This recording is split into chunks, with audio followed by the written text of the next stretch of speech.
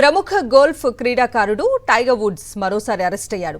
ఫ్లోరిడాలోని Jupiter ఐలాండ్లో కారును నిర్లక్ష్యంగా నడుపుతూ ప్రమాదానికి కారణమయ్యాడు. టైగర్ వుడ్స్ ఓ ట్రక్ను ఓవర్టేక్ చేయబోతూ ప్రమాదం చేశాడు. ఈ ఘటనలో టైగర్ వుడ్స్ కారు బోల్తా కొట్టింది. వుడ్స్కు ఎలాంటి గాయాలు కాలేదు. ఆయన తాగి వాహనం నడిపుండొచ్చని పోలీసులు అనుమానిస్తున్నారు. అయితే బ్రీత్ అనలైజర్లో ఆల్కహాల్ సేవించినట్లు చూపించలేదు. డ్రగ్స్ టెస్టుకు వుడ్స్ నిరాకరించాడు. ఈ ఘటనపై స్పందించేందుకు అమెరికా అధ్యక్షుడు డొనాల్డ్ ట్రంప్ నిరాకరించారు. ఫ్లోరిడా చట్టాల ప్రకారం టైగర్ వుడ్స్ ప్రాథమికంగా 8 గంటల పాటు జైల్లో ఉండాల్సి వస్తుంది. ప్రపంచంలోనే అత్యంత ధనిక క్రీడాకారుడిగా గుర్తింపు పొందారు. టైగర్ వుడ్స్ నిర్లక్ష్యంగా కారు నడిపి అరెస్ట్ అవ్వటం వుడ్స్కు ఇదే తొలిసారి కాదు. 2021లో ఇదే తరహాలో కారు ప్రమాదానికి కారణమై అరెస్ట్ అయ్యాడు టైగర్ వుడ్స్. ప్రముఖ గోల్ఫ్ క్రీడాకారుడు టైగర్ వుడ్స్ మరోసారి అరెస్ట్ అయ్యాడు.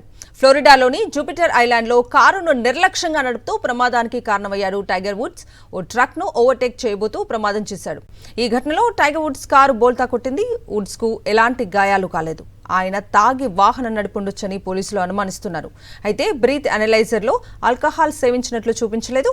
డ్రగ్స్ టెస్టుకు వుడ్స్ నిరాకరించాడు. ఈ ఘటనపై స్పందించేందుకు అమెరికా అధ్యక్షుడు డొనాల్డ్ ట్రంప్ నిరాకరించారు. ఫ్లోరిడా చట్టాల ప్రకారం టైగర్ వుడ్స్ ప్రాథమికంగా 8 గంటల పాటు జైల్లో ఉండాల్సి వస్తుంది. ప్రపంచంలోనే అత్యంత ధనిక క్రీడాకారుడిగా గుర్తింపు పొందారు. టైగర్ వుడ్స్ నిర్లక్ష్యంగా కారు నడిపి అరెస్ట్ అవ్వటం వుడ్స్కు ఇదే తొలిసారి కాదు. 2021లో ఇదే తరహాలో కారు ప్రమాదానికి కారణమై అరెస్ట్ అయ్యాడు టైగర్ వుడ్స్.